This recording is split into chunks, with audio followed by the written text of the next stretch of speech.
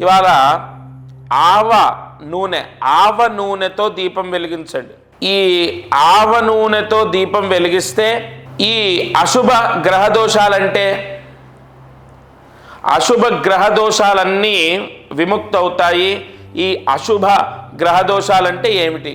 జాతకంలో దుస్థానాల్లో అంటే తృతీయ, షష్టమ, అష్టమ వ్యయస్థానాల్లో నైసర్గిక శుభగ్రహాలుంటే అశుభగ్రహ దోషాలు ఏర్పడతాయి. ఇక్కడ మళ్ళీ లగ్నానికి పాపగ్రహాలు శుభగ్రహాలను ఉంటాయి.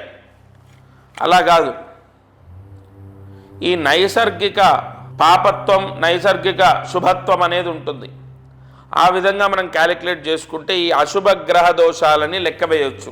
ఏది ఏమైతేనేనే ఈ అశుభగ్రహ దోషాలు విముక్తయ్యేటటువంటి ప్రాయశ్చిత్తం ఇది.